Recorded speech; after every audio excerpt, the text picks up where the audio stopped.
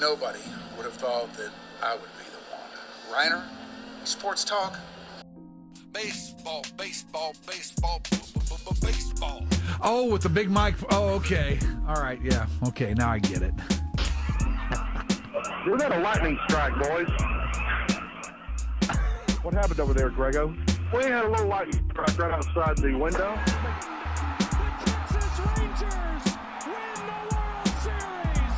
All right. Here's a tip for all these Americano League teams. Wait, you said tip? Yeah, tip. Okay. With a P. Keep jamming. The ticket, colon, nothing but a big Gen X jerk-off sale. This is a cool night or what? Although somebody would hear that and go, bullshit. I'm back, bitches.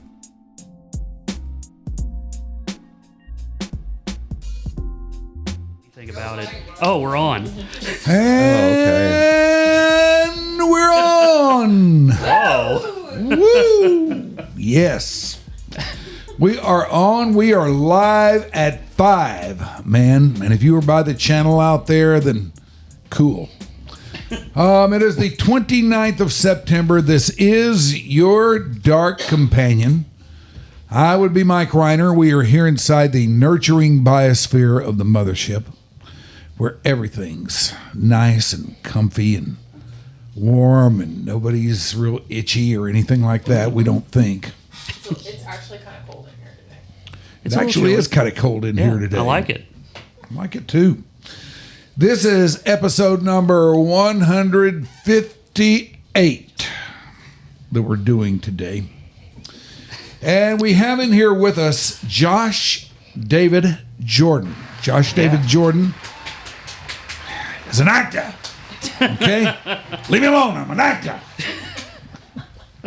How you doing? I'm doing fantastic. It feels great in here, by the way. See? I was just going to say, like, sometimes it's a little too warm and you get nervous, and this is great. Yeah, you're not going to be pitting out or anything like No. that. No. We got you. Yeah. I'm more of a lower back sweat, but it's okay. How's the vibe? The vibe's great. Mm-hmm. The vibe is fantastic in here. Yeah, I feel at home. Yeah. Good. It's the mothership. I should. I got to say, It is the though, mothership. Shoopy, you know who the vibes are not immaculate for, though? Who's that? Nicole Kidman and Keith Urban. Oh. They've separated. Ooh. Yeah. Wait a minute. You're telling me that love doesn't last forever? Apparently not for them. Oh, my. Yeah. Oh, my. Do you have the vapors now? I thought if anybody would stay together and make it, that was them. But no! Love isn't real. Just like birds. You don't think birds are real? There's a whole internet conspiracy that birds aren't real. Oh. That they're all actually just They're it. drones that the government sends to track I think I saw something about this. My car says otherwise. But Yeah. Our yard says otherwise. All I know is we got a couple of big feeders back there, and they empty out pretty quick. So yeah. something's going on. How you doing, man? I'm doing fantastic. You know, I'm a little bit, I feel energized now, but I just got back from San Antonio. I've been going nonstop, and it's about to be, the world premiere of my new film. And it's one of those things, like, it's so much freaking work, and then you get to the fun part and you're just exhausted. Yeah, because of all the work. Because of all the work. They don't tell you about the work. No. It's all red carpets and flashing cameras, and I haven't gotten to that yet. Yeah, it and looks like so much fun and everything. Yeah. But then, no, there's all this work. Oh, It goes with it. so I've been doing that, and so yeah. But I feel good. I'm in my hometown. You know, I'm back. So Now, how many films have you made and been part of? okay, so I've made on my own, as in like writing and directing too. I've been in several films as an actor. I did some TV shows and such, but just like overall 2 feature films on my own, written and directed. But my first film was in 1998. Was the film called The Prodigy. Mm-hmm. No one's ever seen it or heard of it. Sorry. It's you can buy the DVD for $1. I know I said, I wasn't trying to make it like, I have. Conversational. Yeah. So yeah. And this one that you got now. Yep. What's the story there? Is that This World Won't Break? No, this one's El Tonto Porcristo. This is Screw me. It's okay. It's okay. Because here's the deal. It's not out yet, so you wouldn't know. There we go. Okay. El Tonto Porcristo. Yeah. Yes. Yeah, so... Is this Tonto for Christ or what? Yeah, it is. There we go. Yeah. And Tonto really is good fool. translating. So, yeah. It's the fool for Christ. And so it's based on Orthodox tales, Orthodox Christians. A lot of people are like, what is that, right? People say like Jewish. I mean, no, it's Orthodox Christian, like Russian or Greek.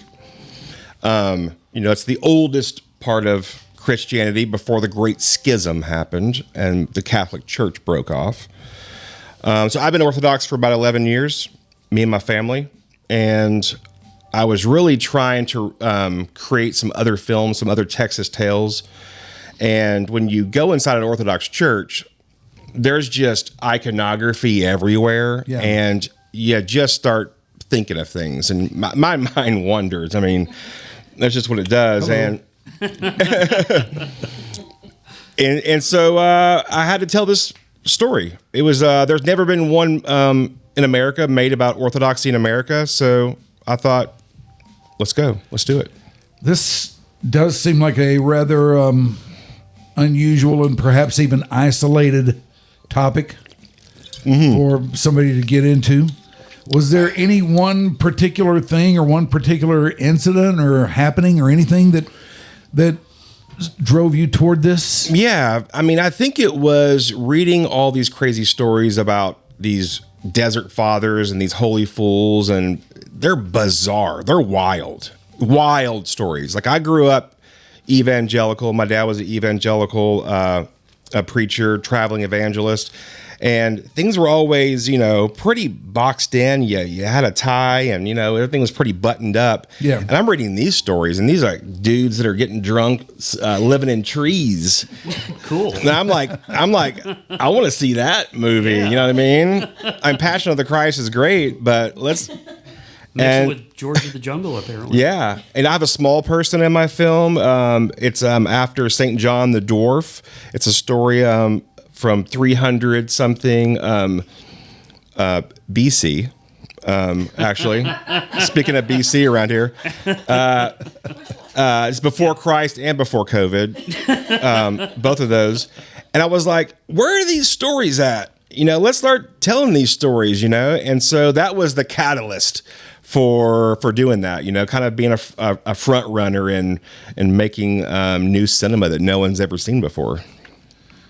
I'm reading some of the notes, looking over some of the notes here. Oh no. And this, this sounds rather deep and rather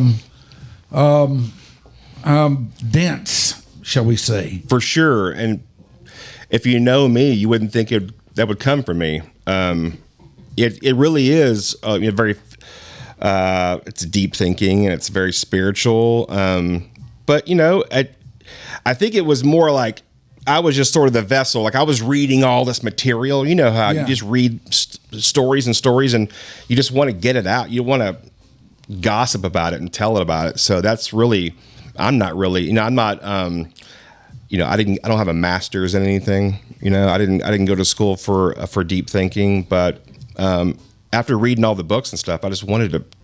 I saw it cinematically is what it was. I saw the story. I saw it. And so I was like, if I can see it, I can tell it. I got a good group around here in Dallas, Texas, and we're able to do that. Who were, I guess, if you got an idea like this, this is a rather deep, almost abstract concept that you're working with here. For sure. And I'm probably using wrong words there. Don't hold that. I love them. But when you've got something like that, where do you go with it? Who do you start talking to about it? Yeah. I think probably the first is my wife and my kids. So my kids, they're not kids anymore. They're young men. They're 21 and 24. They went to Booker T. Washington. They've made their own movies. They do their own thing. Like, I'm still like dad. And I was just telling them the story, and they were like, oh, we see it. We like it. We see this. And then I start I write for people, as in like the actors. And I just call and ask if they're available. It's I learned that from Matthew Posey, who's the lead in this film, but he's also he was in No Country for Old Men. He was in True Stories. He's the Ochre House Theater creative director, and I've been there for 15 years. And Matt doesn't have auditions. He just calls you up and he says, "Hey, what are you doing next Tuesday? We're gonna be doing a play, and I got this character I'm writing for you." And so I called Matthew Posey. He plays the lead, Father John. I called Max Hartman. I said, "Hey, there's this pompous bishop. I think you'd be perfect, Max." I think he'd be perfect for that too. Yeah. We know He is a veteran of that chair. God, yes. Yeah. Yes. And so I've known Max for a really long time. We've never actually worked together. And so it was really cool to write something for Max. I would get John Pedigo involved about sound design and recording. And what does he know, though? What does this guy know? And the more I'm hear of that guy, and the more I get to know that guy, I think he knows everything about everything. Pedigo? Yeah. I think so too. I don't think there's nothing he can't at least play or strum or something. I mean, He figures it out. If he can't play it, he'll record it. Yeah. Yeah. He'll get somebody to play it. Anyway, this seems like like I say, a really deep topic. I mean, was there something in your youth that sent you down this road, or? Yeah, I mean, it was the exact opposite. I didn't grow up Orthodox. I didn't grow up Catholic. I grew up evangelical. My dad was a traveling evangelist. He still is. And it's the only world that I knew. I didn't go to a real school. I was born in the Boot Hill in Missouri, and I feel like we packed up our station wagon, and I went to everyone's summer camps. Yeah. My dad performed. He preached, was a performance as well. We would go in the backwoods of Mississippi to white tent revivals. I wore a 3-piece suit. There was this lady, her name was Geraldine, and she looked just like Loretta Lynn, and she had this puppet named Ricky. It was a wooden puppet, and she had this long dress, and she would go up in the middle. Then my dad would come in and bring the house down. And we'd pass the offering plates around, and then we would go to a motel. And if you're a kid, man, a motel was the coolest thing back then. Yeah. I mean, my dad would be counting money on the bed. I'd be doing cannonballs in the pool. My brother's watching cable TV. We're getting stuff from the vending machine and ice machine. I was like, well, we've made it. Yeah. What do you do? What's next? And that went on forever. I had an aunt who ran a motel once in Santa Fe, and I just loved going out there to stay a few days with her, and see what was going on at the motel, although I never could understand why guys would bring girls into a room that'd stay about an hour and then leave again. Yeah, that's a waste of money right there. I never could understand that. I thought this was like supposed to be a place where you're doing a cross country trip or something. Yeah, you put your feet stop up for the night. Yeah, but that wasn't the way it was back there. I bet she has stories. Oh, I bet. Golly, she could write a movie. I'll bet she did too. Didn't you meet Elvis at a motel? Did I meet Elvis? Yeah. At a motel? Didn't you? That was at a hotel. Oh, I'm that sorry. wasn't a motel. That was It's a step up. That is a step up. I understand. Elvis didn't do motels, Shoopy. Okay. I mean, when I ran into him, he was actually as big as he ever got. Oh, which was massive, and he was also really, really loaded and really, really out of shape. Was he gray? Was he gray? No, Okay. Whoever is on the dye beat for him was really doing their job. Well, I mean, his skin color. Remember his skin turned kind of gray? I don't know. I didn't get that good a look at him. Okay. I mean, I just knew that all of a sudden Elvis was standing like 4 feet away from me, and I was like, wow. Did you have like a bucket of ice and you I did dropped have a it? bucket of ice, and I threw it up in the air. He said something like, "You're Elvis." Or, No, the words were, "My God, Elvis Presley." yeah. And what did he say? Thank you very much. He was walking up the stairs at the time, and he kind of turned and said, "Hi." That's a story. Yeah, that's my story. That's my Elvis story. But you know what? We're not here to talk about that. I'm sorry. We're here to talk to Josh about his story. Now, I mentioned at the start of this thing, I got a little off track and mentioned another film of yours. Oh, yeah. This World Won't Break. This World Won't Break. Was that the first one that you did? Yeah, that was my very first full-length feature film that everybody said I was crazy for trying to make a film. And like you had asked, you said, how did El Tonto Porcristo come about? It's really my wife. We'd be watching or trying to watch a movie, it's date night or whatever. And we spent about an hour and a half of me watching trailers, basically. And she's like, just pick some. What are you trying to find? And so one night she's like, what are you trying to find? I was like, well, there's Crazy Hard about the guy who's made it. And then it's The Fall from Grace, or it's Country Strong about the young kid.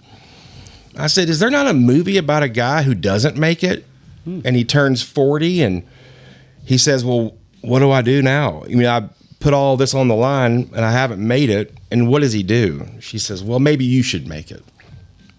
And I said, all right. And so I made it. I made that film, and it starred Greg Schrader, who's a local musician who I think is one of the best folk country singers. He just has something, man. When he plays, you could hear a pin drop in the room. And it was Dallas before everything really went away. Like, I filmed in Doug's Gym. I filmed all over Deep Ellum. I mean, when people watch it now, they're like, how did you afford to film this? Because everything was the production value is so cool in the movie. And it's a love letter to Dallas, Texas. And I just got everybody around me, Tim DeLauder was in the movie, and just anybody who was next to me was in that film. And at the time, it was always a love letter to Dallas. It's a strange city because, it's home to me. I wasn't born here, but it's always been my boys' home. I traveled so much growing up and didn't have a home, and my boys have only lived here. They went to Booker T and they got their Eagle Scout, and this is home for them. They've never known anything else, and it was a love letter. It's hard to get this city sometimes. For me, I guess, it's hard to get this city's attention sometimes and, get a little bit of love back. It's a transient city. And so it was more me like, nudging Dallas a little bit to say, hey, I'm here. I'm still here. And you were born here and everything? Well, no, but I was born in the Boot Hill, Missouri. My dad came here when I was about 13 years old. Okay. Yeah. It's when the grand tour ended, the leg of the revival. We ended up here, and there was a lot of scandal happening at this Baptist church in Dallas, and my dad was a temporary preacher, and we ended up staying. All right. Yeah. You've been here ever since? I've been here ever since. Did you go to school here? Or You know what I did? I went to, it was brand new. It was called Naaman Forest High School. It still is called that, but it was brand new. And they had this brand new theater, right? And it was my dream to, be a part of a theater group. And so I did that, and then my junior and senior year, I actually got a basketball scholarship and went to Garland Christian Academy, and I played basketball at Garland Christian Academy. We won state that year, not because of me, but You still have a ring? Yeah, Nice. I did. Yeah. You haven't had to pawn it or anything like that? Not yet. I don't think it's much worth on the black market out there. The GCA ring. Yeah, it's not a hot item. It's probably nothing's real in that, I'm pretty sure. So that movie came out in 2019. It did. It came out in 2019, and we got into 14 festivals. And we won 16 awards. I'm not trying to toot my own horn. I'm just giving history here, y'all. No, that's what we want. Yeah. And then we went to the Glasgow Film Festival. It was a big hit. And I thought, here we go. This is it. Oh, yeah. I'm heading to South by Southwest after this. And, this is it. I've made it. And we're on the airplane. We all get a text. says South by Southwest may cancel. I was like, what? And then sure enough, we landed and they're doing the thermometer to our foreheads. Get another email, South by Southwest is closed. And they were one of the first ones to really stick their necks out there, and just in general. They kind of like called that, and after that, festival after festival after festival closed. Wow. And I was like, of course, that's my luck. That's what I always think. It's my luck.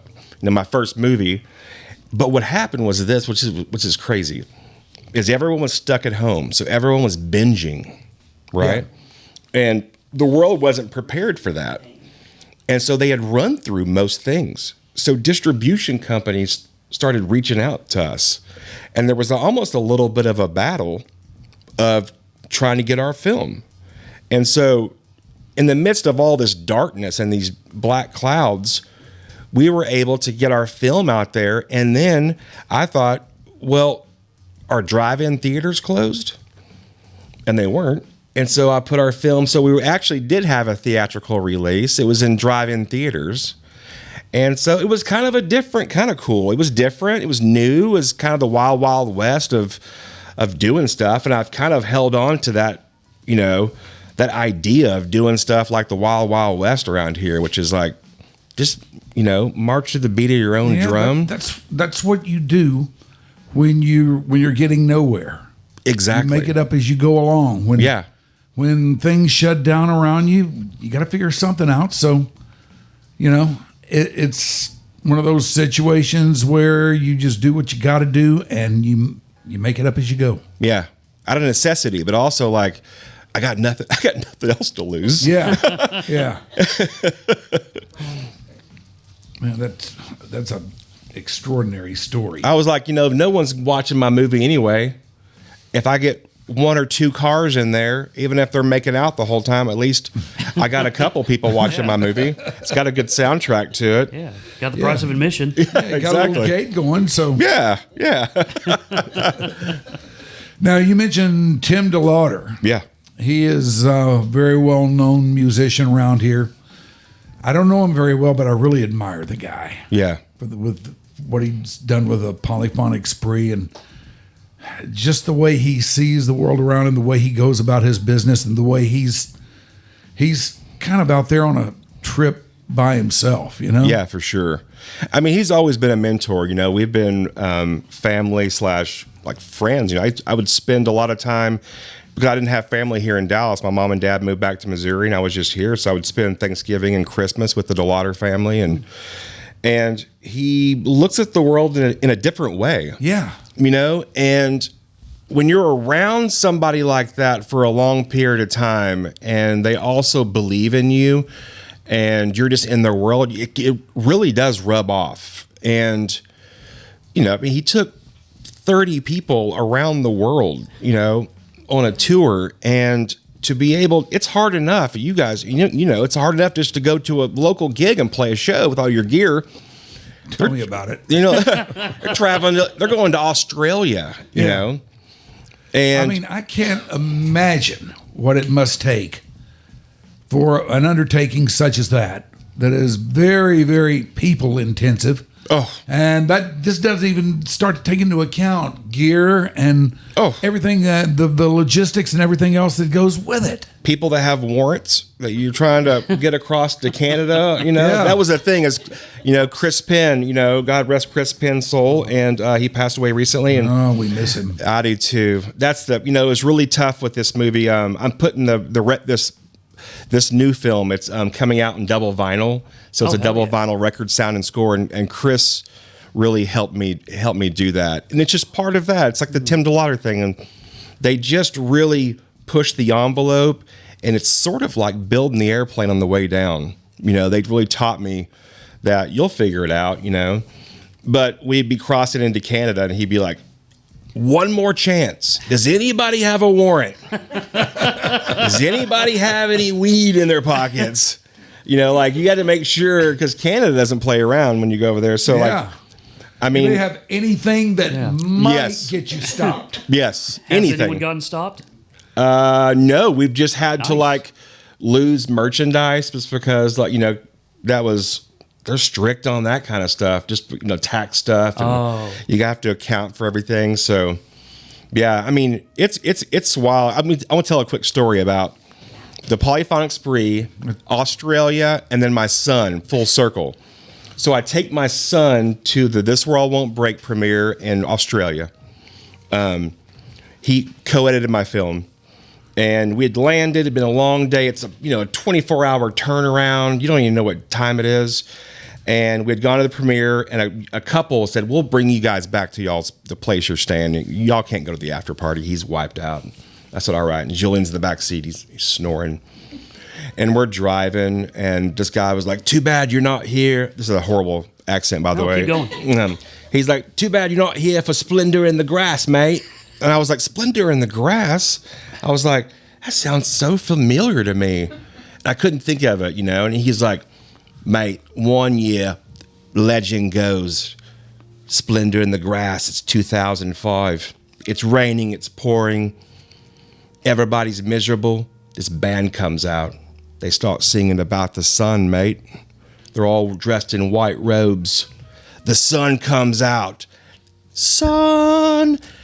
And the place goes nuts, and they play Nirvana's Lithium. And my son wakes up and he goes, "It's the Polyphonic Spree. My mom's in that band." And he goes back to bed. And both people turn around and look at me like, what in the world? And we're in the middle of nowhere, like kangaroos, And my son, it's just his life. You know what I mean? That's wild. It's amazing. Yeah. So how many premieres have you been to? Premieres. That's a good question. I guess I've been to 3 or 4, maybe. Just films I've been in. In the minds of a guy like, say, me, the premiere is the premiere, and there's only one. Yeah. But that's not the way it is in your world, is it? Yeah, I mean, you'll have like the world premiere is going to be here in Dallas, and then we're going to do a European premiere that'll be in Romania. And so we live in that day and age where you try to milk everything, I think is what it is, really. Sure. But a movie premiere should just be one. That's fair. When it comes down to it, it should just be one. It can only be one premiere. Yeah. That makes sense. Yeah. Yeah. You start fine tuning it. Well, it's the left side of Texas premiere. Are all the premieres like the premiere? Like, is it a big event and everything like that? Yeah, some are. The one that we're doing will be the ones. I mean, I've gone to some in Hollywood, and you go to a premiere, and it's miserable. Like if you go and you get all dressed up and you're probably a little nervous and sweaty and the drinks aren't ready yet, and you walk across the red carpet, then after you walk across, you're like, well, what do I do now? And you kind of feel exposed, you know what I mean? Like, what do I do? The doors don't open for another 45 minutes, and then I nervous drink. That's not good for anybody. No, you can't nervous drink something like that. No, I do. Everybody does. Yeah.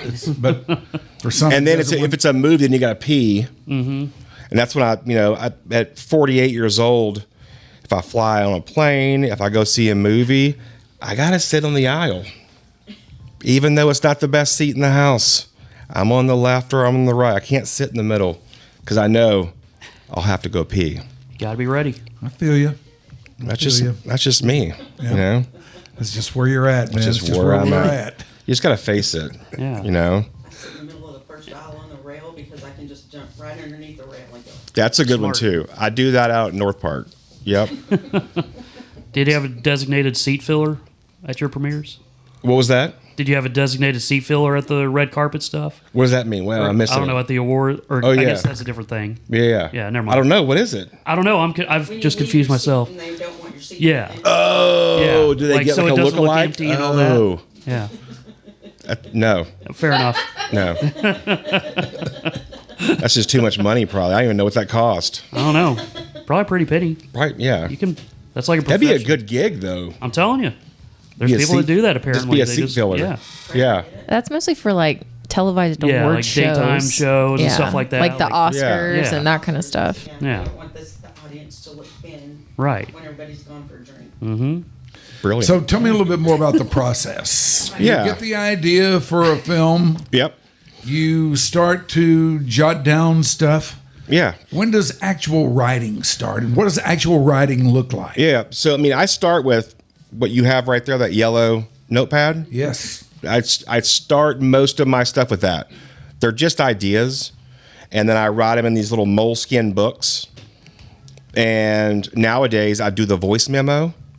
That way I'm doing like the inflection, the accent, Australian groups, like my Australian accents. And then I start to like have something, and then I do note cards, just the blank white note cards. And that's going to be the scene or the idea. And David Lynch said if you have 72 of those note cards, you got a movie. And I've already done the other stuff. And so I sit down. I'm not a very good typer. I'm just not. I'm slow. So I have to have it all set up. And then I start doing the outline in Final Draft, which is the program you use.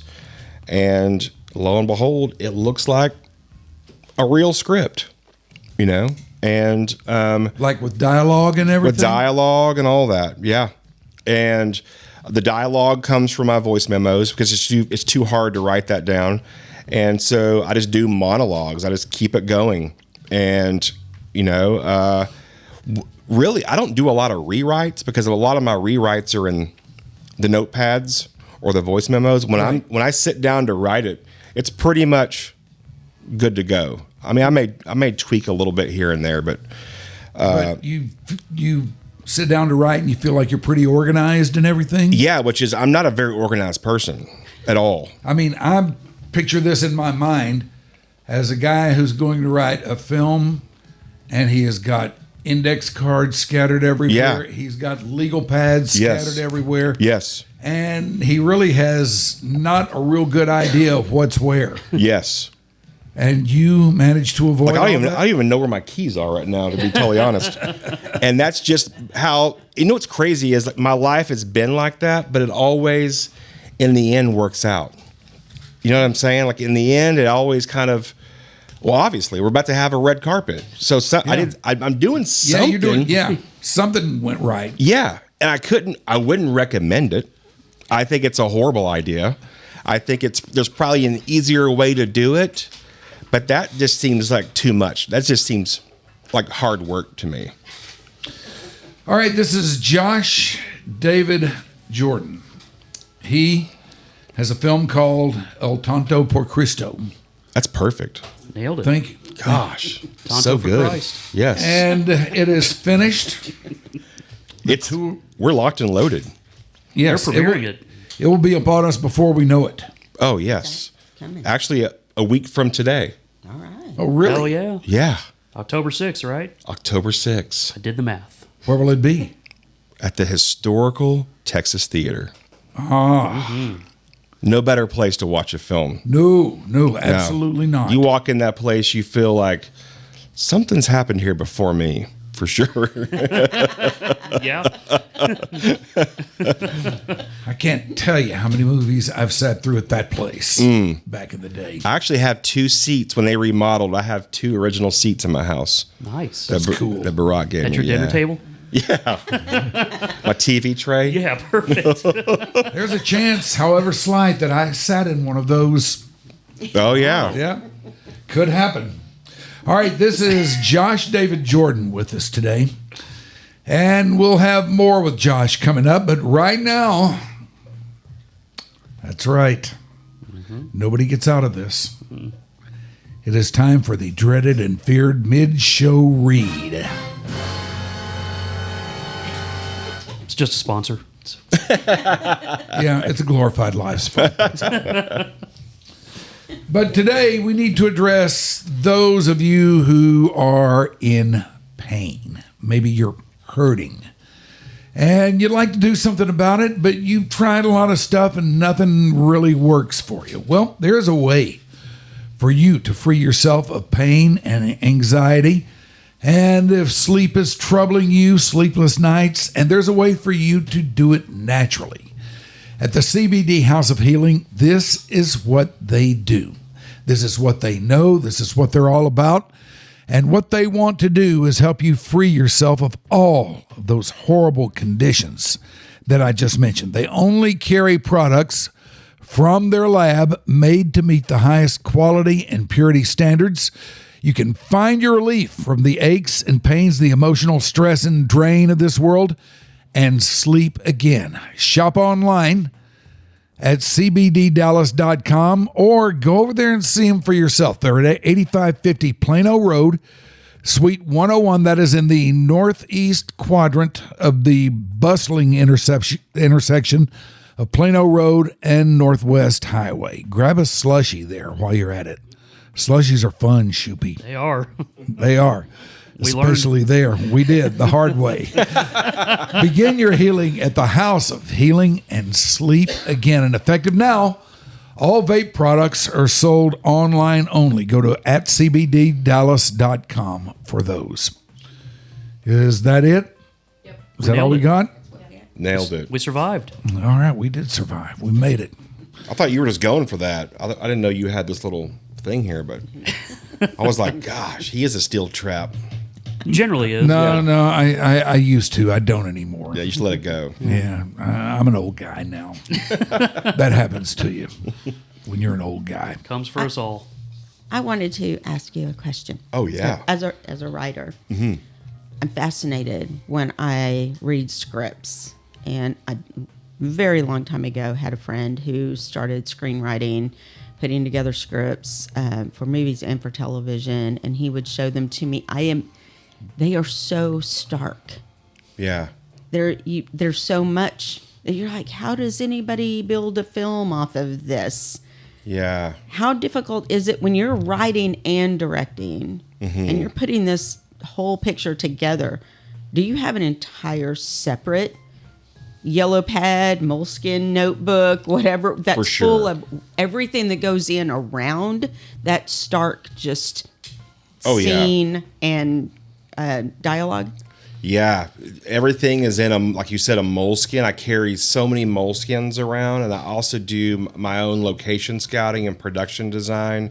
I do the costume design. I mean, when we're on set, I have people there who obviously, because I can't do everything all at once, but I mean, it's the whole film.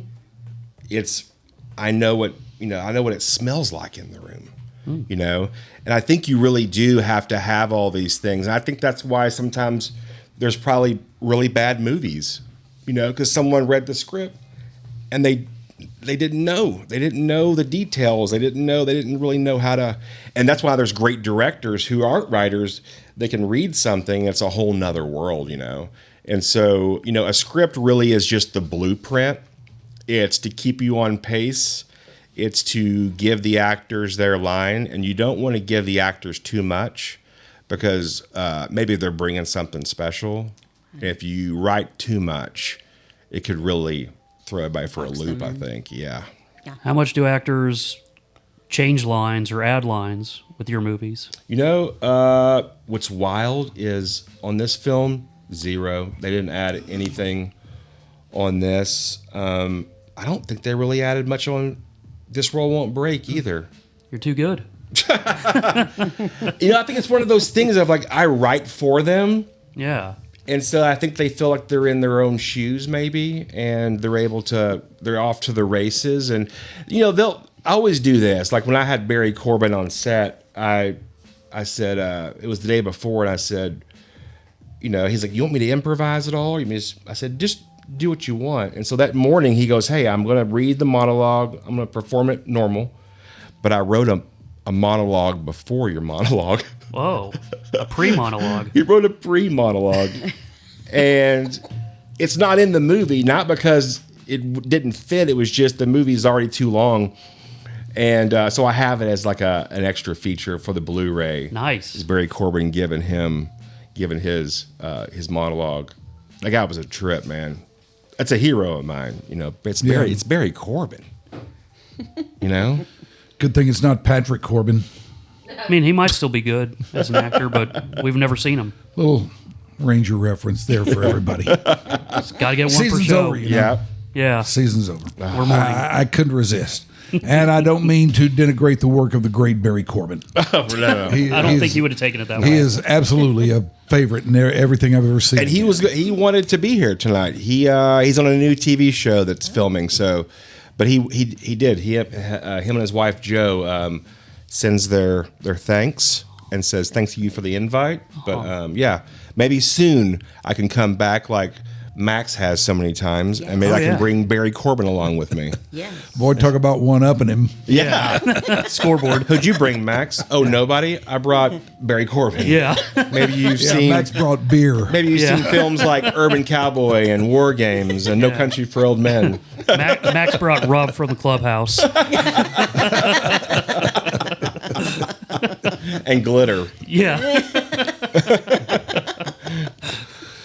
All right, so you go to these film festivals where you were nominated for something. Yeah. What's that like? Do they treat you? You get any special treatment or anything like that? Or No, or- I love free stuff. I love swag. Dude, you know? you brought us hats, and And I immediately yes, put he it did. on. He did. And that's If what it's you free, know? it's me. Yeah. It's a nice hat too. And they as a filmmaker, you're probably if you're going to film festivals, you're probably not in Hollywood. And so, they give you free drinks. They normally get you a hotel, a motel, or whatever. Probably for me, a motel. And then there's a party. They take your picture. They interview. You feel important. yeah. And I think because film festivals know how freaking hard it is, man, to make a movie. It's not. I always tell people, I was like, if you're a musician, not comparing the two, but like, if you make an album, on a Friday night, you can go open up for somebody, or you can play a couple of the hits. When you're a director, here's my movie. Yeah.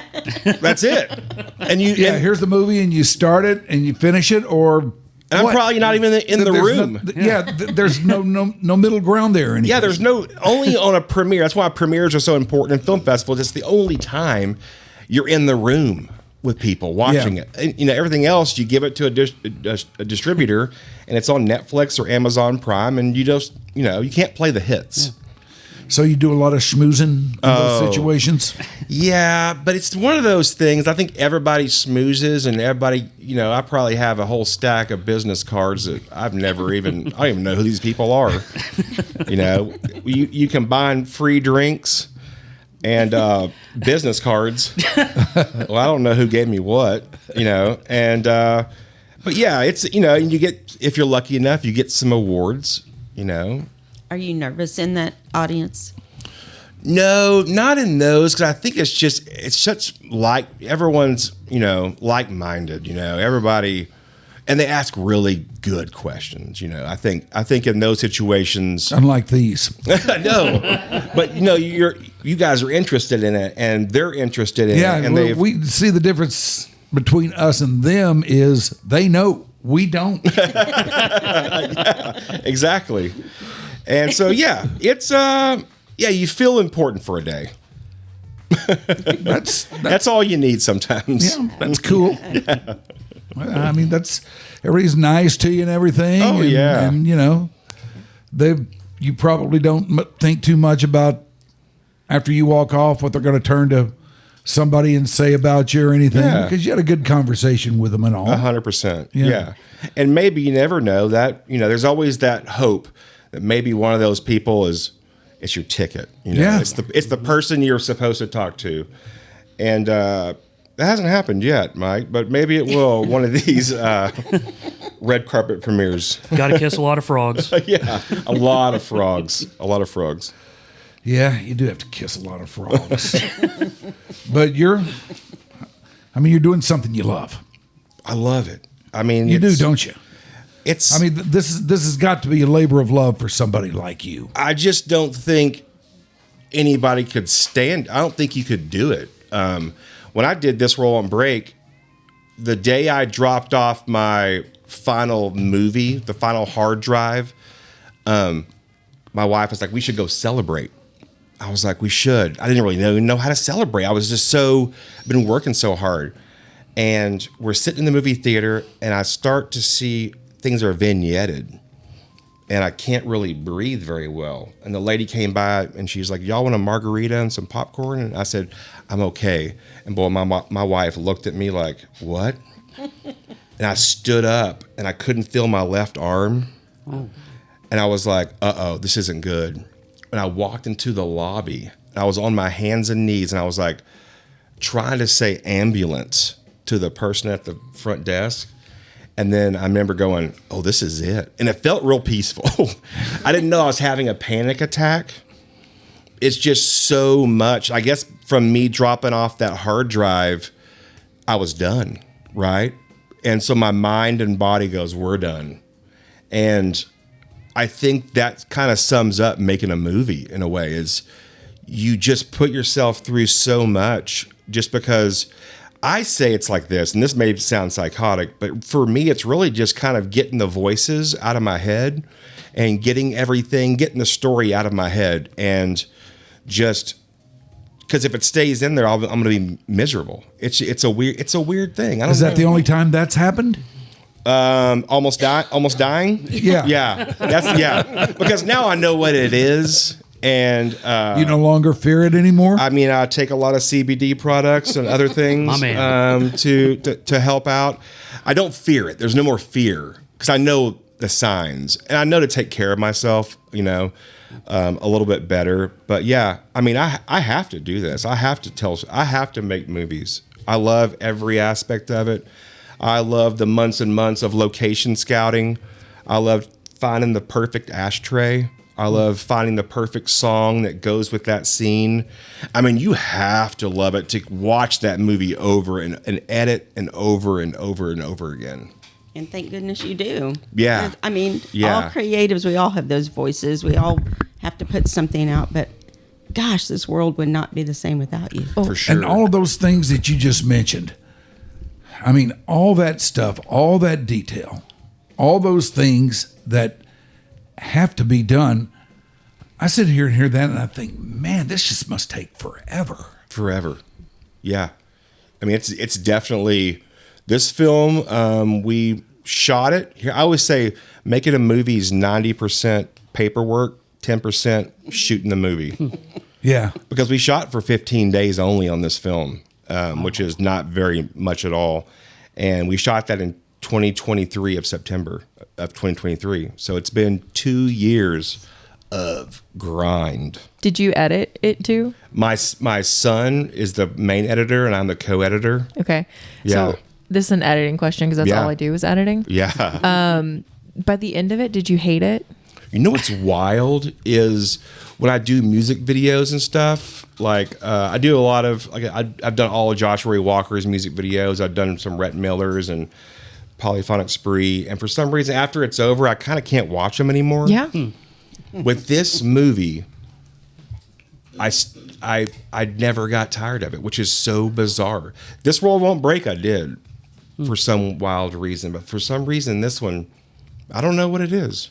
There's probably, I would think, though, a little bit of difference between doing a music video for somebody and, doing a movie. Because when you do a music video for something, you do it, and like you say, you give it to them, and that's that, and you really don't have to watch it anymore. Yeah. I mean, it's way more closely associated with them than it is with you. For sure. The film is something else. Yeah. The film is yours. Yeah.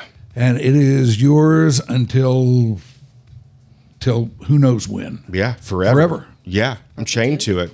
And maybe like a music video it's just one song, and that can drive you bonkers. Yeah. I was going to say, how much of the song do you have to hear when you're editing like that? Like, yes. Are you hearing like basically sections at a time, the whole song? You're hearing seconds, frontwards and back, like sexy after sexy after dark, and you're like, if I hear that one more time, I'm gonna lose it. But a movie, you can breathe because it's like peaks and valleys. It's like driving on the back roads. You're like, whoa, I forgot about that left turn. Yeah. So there's a little bit of like refreshment to it. But a bit more ebb and flow to it. You know? And you're kind of like cooking something. You don't even really know. You know what I mean? Like, well, if we add a little bit of this, if we add a little bit of that, and you put it in the oven and let it simmer, and You know, there was two things that I wrote and we shot it. I mean, it was in the movie that I thought, well, this is going to get me awards right here. This is something. This is it. This is good. And my son was like, he'd watched it and he goes, well, we got to cut 2 scenes. And there was those 2 scenes. Oh. And I was like, I don't think so, dude. You know, you don't know everything. And then did he say, excuse me, you're the co-editor? Yeah, exactly. And then my composer watched it and he goes, Josh, the movie, it's so, I feel it, but the movie stops down on these 2 scenes. And I was like, and then I got a third opinion and I was like, all right, you got to kill your darlings, man. Oh.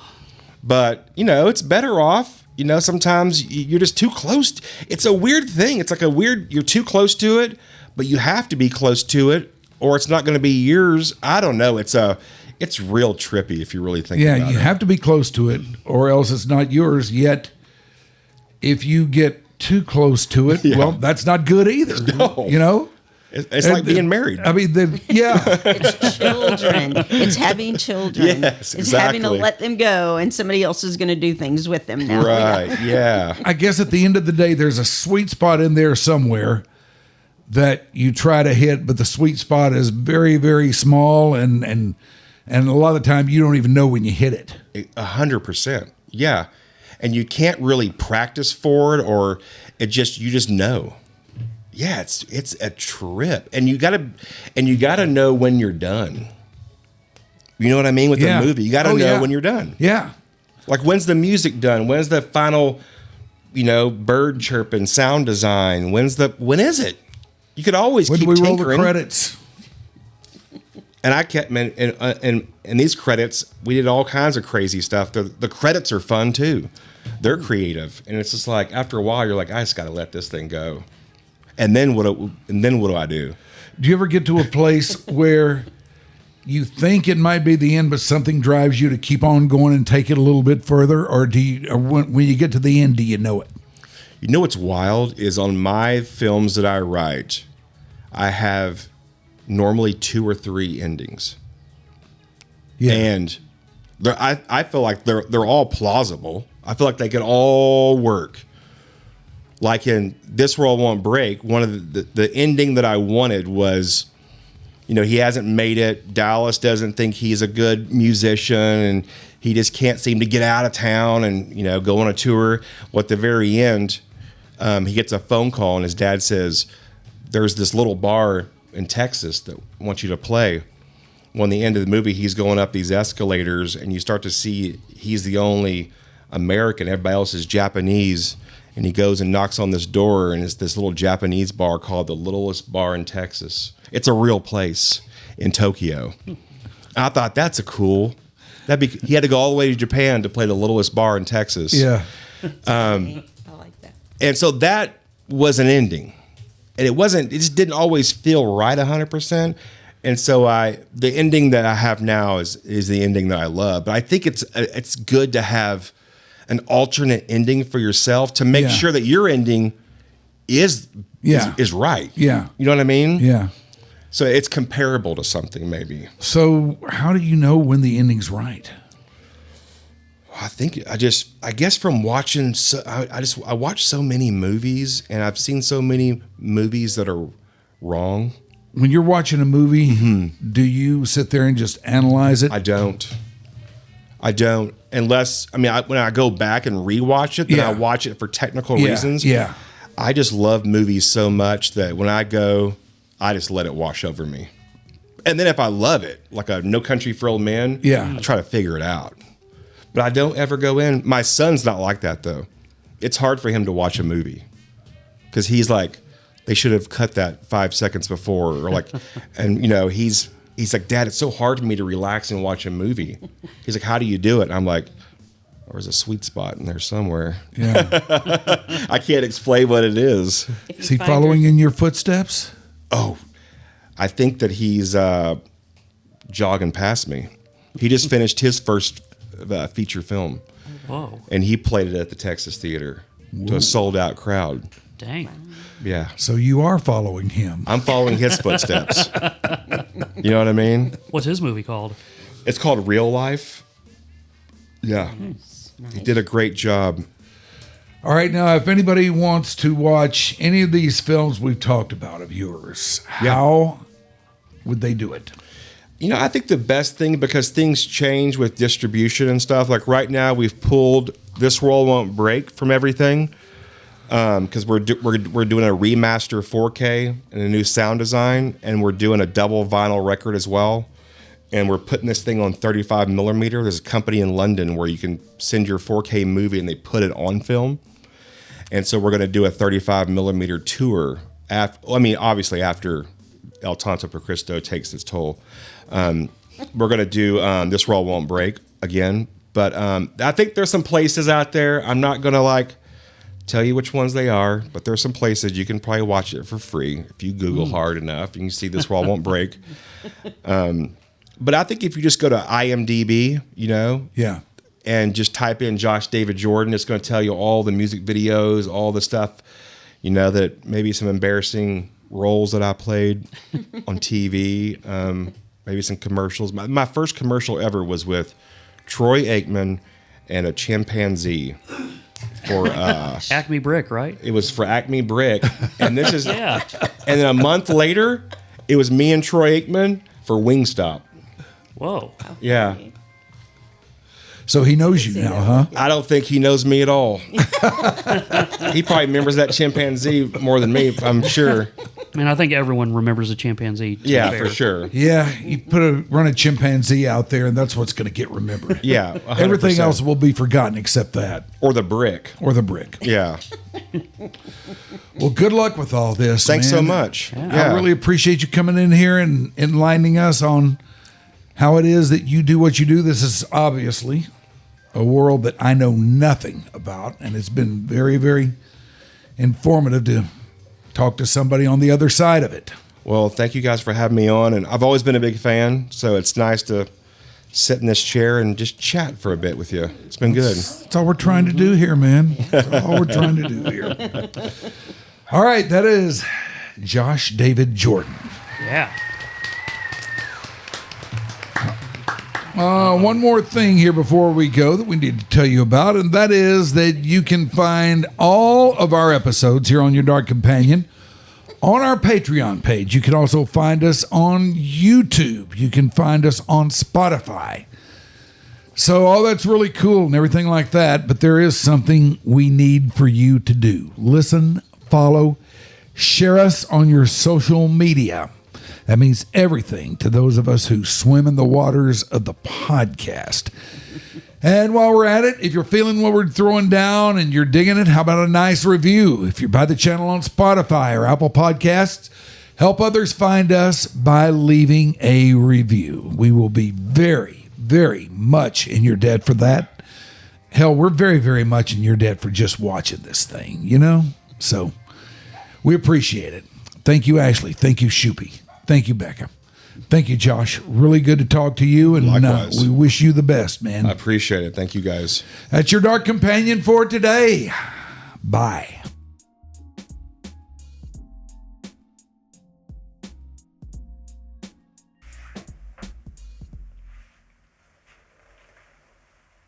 All right. I'm gonna go take my pants off.